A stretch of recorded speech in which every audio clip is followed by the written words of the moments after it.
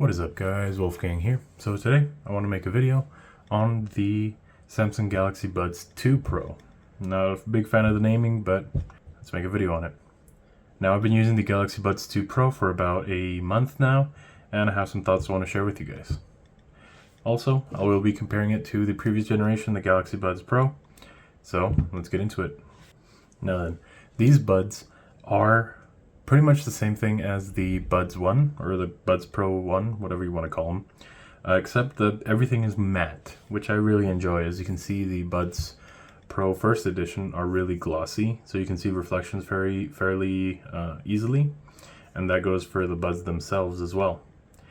Instead, when you go to the Galaxy Buds 2 Pro, these are much more matte, which means that the reflections barely even bounce off of it.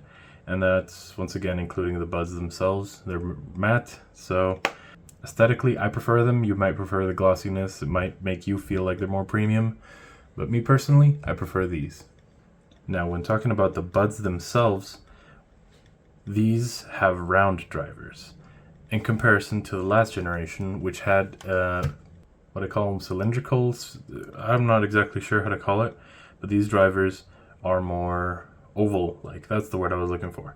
So these are round, these are oval-like, which both have their benefits. An oval will allow for some sections of the driver to be longer, which is something that, of course, you benefit with, as some parts of the driver are shorter.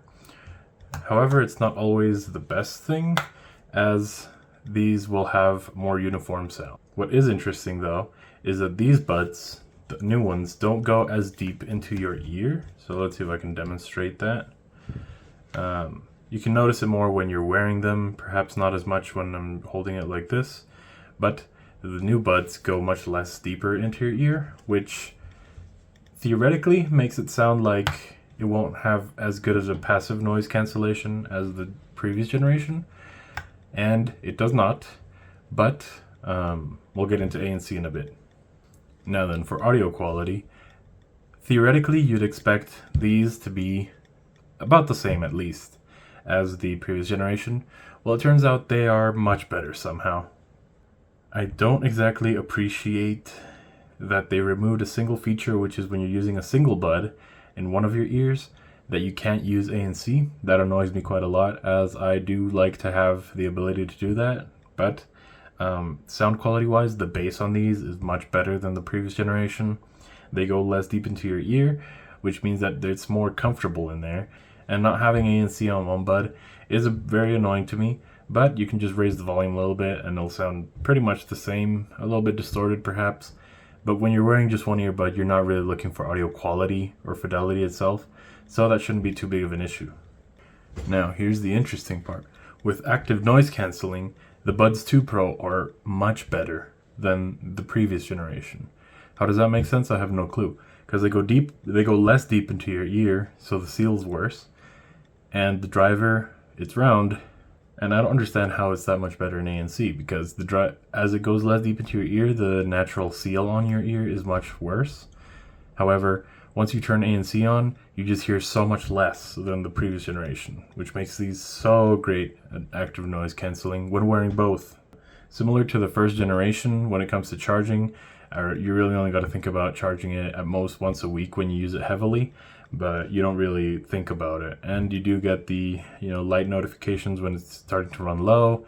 You do start to notice that the lights don't turn on when the case itself needs charge, and so that's when you know that earbuds are soon to need charge as well. Now then, going to extras, I really appreciate that the Samsung earbuds and several earbuds nowadays do include wireless charging. It makes charging them so much less of a hassle, as you can just place it there and forget about it. I feel for some reason that connecting USB cables into smaller things like earbuds just makes it harder to charge, so I've really preferred having wireless charging on these things, including the watch as well. Another very big plus that these buds have, as I said, as they're much less deep into your ear, you basically forget about them. They're not as annoying in your ear. Your ears don't get as hot as they would with the Galaxy Buds Pro first generation, for example. It definitely makes it feel much more comfortable in there. To me personally, the matte texture makes it feel much more grippy, much more secure in my hands, and makes me fully believe that I can hold them without dropping them. And lastly, of course, I bought Comply Foam ear tips. These work for me. Some people prefer not to have, memory foam in their ears. Some people don't like the texture itself. Some people don't like the feeling. Some people get irritated by it, and that's totally up to you. They come with the silicone ear tips, which I've probably lost by now. But I always buy Comply Foam because I do enjoy them. Pretty solid brand, and they have ear tips for most kinds of earbuds. As far as price goes, these are fairly pricey. So with no discounts, you can find them at $230, which is expensive for sure. I bought them around $170, which was a really great price in my opinion. So if you can find them on a deal, I do recommend them. But if you can find the Galaxy Buds Pro first generation at $100, well, let's say at half the price of these, then I would say these are worth it as well. It really just depends if you want the newest thing and a bit more comfort, or you want just cheap greatness, which would be this in this case. But yeah, it really depends what you want. They're both still really great. Just to reiterate, the one annoyance I have with these earbuds is the noise canceling while using a single bud, which is not an option anymore.